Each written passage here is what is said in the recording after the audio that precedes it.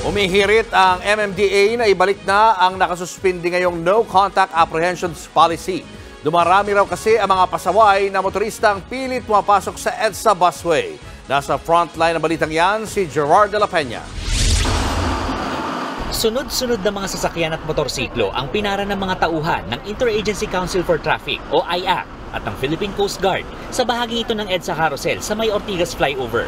Sinita nila ang mga pasaway na driver na pilit pumapasok sa busway kahit pabawal. Kanya-kanyang palusot ang mga driver. Sa kasi medyo traffic na po dito sa Napitix po kami, mapunta na, mapick up sana ng pasahero. Naharang din ang sasakyan ni Defense Spokesperson Arsenio Andolong. Sabi ng driver, may may emergency meeting po. Sabi ng IAC, bagamat bawal, pinapayagan muna nilang makadaan ang mga opisyal na sasakyan ng gobyerno. E paano kung government employee pero pribadong sasakyan naman ang gamit? Sabi ng IAC, yan ang di pwede. Kabilang sa nasita ang isang motorsiklo at isang van na ang mga driver, mga MMDA traffic enforcers. Huli din dito sa operation itong van na ito na nagpapanggap na sasakyan ng DOH. Pero nang tinanggal ng mga opisyal itong sticker, kolorum pala. May sakay pang 18 pasahero ang van. Nagbayad daw sila ng tigda 200 pisong pasahe. Hindi namin alam na kolorum yan, sir. Hindi namin alam kung saan kami ulit sasakay, sir. Tumangging magbigay ng pahayag ang mga nahuling MMDA personnel. Ayon kay Acting MMDA Chairman Romando Artes, mahaharap sa kasong administratibo ang dalawang nahuli. Pwede rin silang masibak sa pwesto. Kami yung nagli-lead by example at hindi kami yung nangunguna sa pag-violate. So, hindi po natin tinotolerate yung mga ganyang pangyayari. Bunsod ng kabi-kabilang paglabag, pati ng mismong kabaro.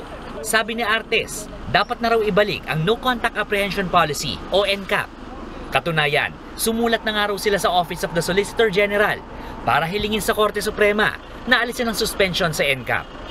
Before naman, noong may NCAP, wala halos nagbabiolate kasi anytime na pumasok ka sa bus carousel, hindi ka man mahuli physically, ikaw ay pwedeng hulihin through the CCTV cameras at ma-penalize.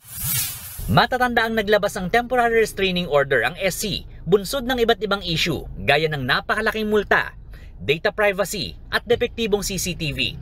Sa ngayon, habang suspendido ang NCAP, paulit-ulit ang paalala ng IAC at MMDA sa mga motorista na huwag dumaan sa EDSA busway na para lang sa city buses at emergency vehicles. Nagbabalita mula sa Frontline, Gerard de la Peña, News 5. Mga kapatid, Julius Babaw po. Iba na ang may alam at may pakialam sa panahon ngayon. Huwag maging huli at maging una sa lahat sa balitaan. Mag-subscribe at mag-follow sa social media pages ng News 5.